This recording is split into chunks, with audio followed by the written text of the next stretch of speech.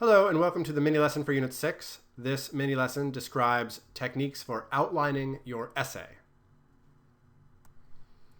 There is a common stereotype that represents successful writers as people who simply have an inborn gift that allows them to sit down and summon perfect sentences out of thin air, riding the winds of inspiration from one sentence to the next and from the first word to the last. This stereotype has a rich and complex history, but suffice it to say that anyone who has ever achieved any kind of success as a writer will tell you that this image is bunk. Writing is hard work. It always has been, and it always will be. When inspiration, or something like it, does come, it comes as a result of a deliberately planned ground game. Writers tend to believe in inspiration, but they recognize that it is not a free gift from the heavens. It is the culmination of a laborious process of arranging the conditions for inspiration to appear. Inspiration, that is, helps those who help themselves. Student writers often speak of flow, a sense that their writing is proceeding along a particular current where one idea leads naturally into the next. In psychology, flow is a term that refers to a specific state of mind characterized by energized focus. To the extent that inspiration is a real thing, it is probably the writer's version of flow. In a state of flow, a person loses sense of time, they become less self-conscious, they become completely immersed in the task they are engaged in, and they achieve a sense of blissful enjoyment in whatever they are doing, whether it's working out, doing a puzzle, playing an instrument, or perhaps writing an essay. As any athlete or musician can tell you, this state of mind doesn't show up all by itself. It has to be nurtured and cultivated. It may also be worthwhile to suggest that flow is not an all-or-nothing phenomenon. Although a lot of the psychological literature focuses on extreme cases of long-distance runners and concert violinists, a person's everyday activities can be evaluated in terms of how much or how little flow they are experiencing on a moment-to-moment basis. Even if you never get swept away in a state of flow while you are writing essays for this class, you can still arrange the conditions that will allow your brain to work more smoothly with less interference and more fluidity. There are two main strategies that successful writers use to cultivate the conditions that will optimize the chances of achieving some level of writerly flow.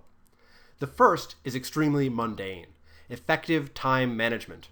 The best thing you can do for yourself as a writer is to ensure that you have time to write. As simple as it sounds, time management issues are probably the most common obstacles that interfere with the success of student writers. Schedule a few hours a week when you can go to a place with a minimum amount of distractions. A public library is usually a good option, and commit to the schedule. Setting apart time to write in a place where you can focus without interruption for 90 minutes or so at a time is the minimal condition that needs to be in place before any amount of flow can occur. The second strategy successful writers use to optimize the operation of flow is to develop an outline for their whole project before they begin stringing sentences together. Basically, an outline is just a list of things you plan to talk about, arranged in the order you plan to talk about them in. Rather than inhibiting inspiration, a good outline promotes the possibility of flow by facilitating four of the conditions that researcher Owen Schaffer has identified as necessary for flow to occur: knowing what to do, knowing how to do it, knowing how well you are doing, and knowing where to go. An outline identifies the scope and purpose of a writing project. It spells out how the writer plans to fulfill that purpose. It establishes parameters by which a writer can tell whether or not she is succeeding, and most importantly, it tells the writer where to go at each point along the way. All outlines start with a thesis statement, a general statement of the purpose of the piece of writing. The entire structure of an outline is present in a good thesis, like a tree inside a seed.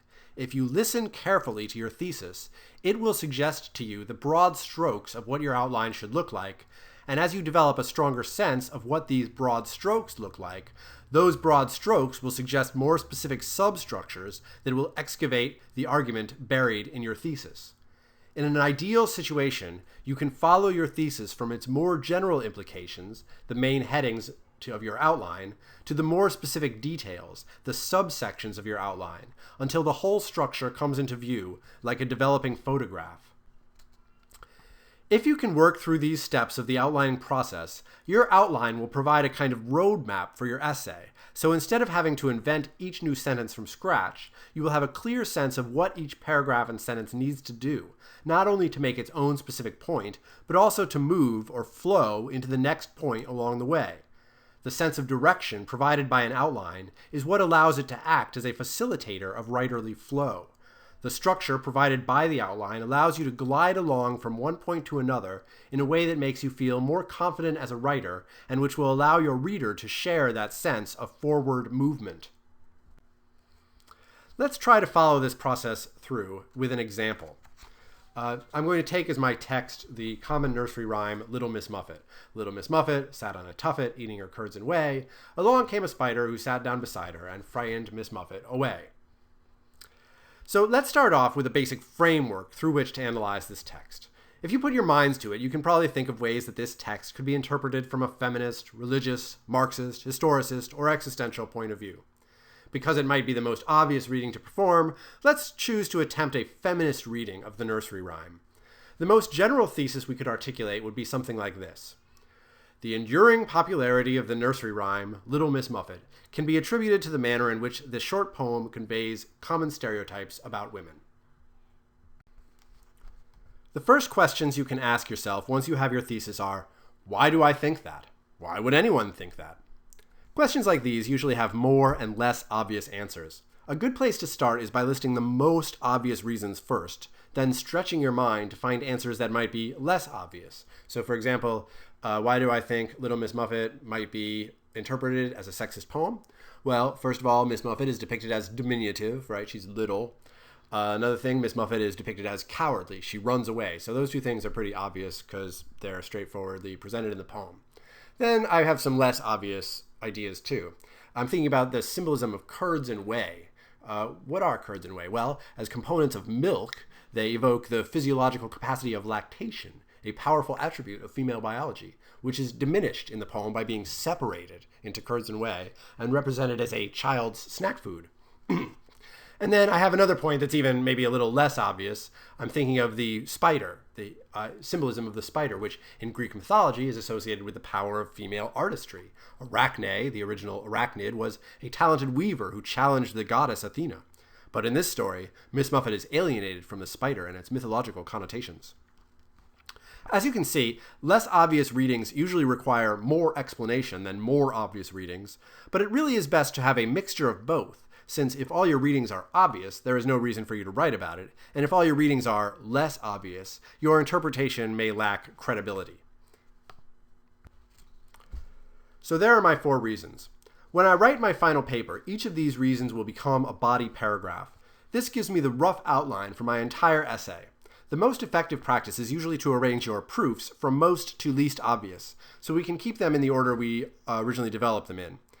Thesis, it's a sexist poem. Body paragraph number 1, Little Miss Muffet is diminutive. Body paragraph number 2, Little Miss Muffet is cowardly. Body paragraph number 3, I'll talk about curds and whey. And body paragraph number 4, I'll bring the paper to a climax with a discussion of the symbolism of spiders in the nursery rhyme. The next step will be to figure out how to develop these observations into more elaborate analyses. The procedure for doing this is the same one we followed to develop the whole outline, only now we'll repeat the process for each of the outline's 4 subsections. Body paragraph number 1, Little Miss Muffet is diminutive. So the initial question is, what in the poem leads me to this conclusion? Well, the most obvious thing, I already mentioned that Little Miss Muffet is little, but then there's also a slightly less obvious reason. Little Miss Muffet is a miss, an unmarried woman who in the 1500s, when the poem was written, would have lacked many of the social privileges allowed to men and married women. So it's another sense in which she's diminished in her identity. And then finally, perhaps the less obvious point, she sits on a tuffet. And what is a tuffet? It's a strange word in the poem, but a tuffet is actually a kind of footrest. So sitting on a tuffet is like a lot, sort of a lower status than sitting on a chair. So those are my basic ideas about this paragraph. Body paragraph number 2, Little Miss Muffet is cowardly. So the question, what in the poem leads me to this conclusion? And again, we have a very obvious answer. She runs away from the spider. But then there's kind of a less obvious way of saying maybe the same thing, only looking at it from through a different perspective. She is displaced from a position of agency. In the first half of the poem, she's the active character. She's eating her curds and whey. The verbs are in the active voice. But then she goes to being a passive character. The spider takes over the subject position in the syntax of the rhyme.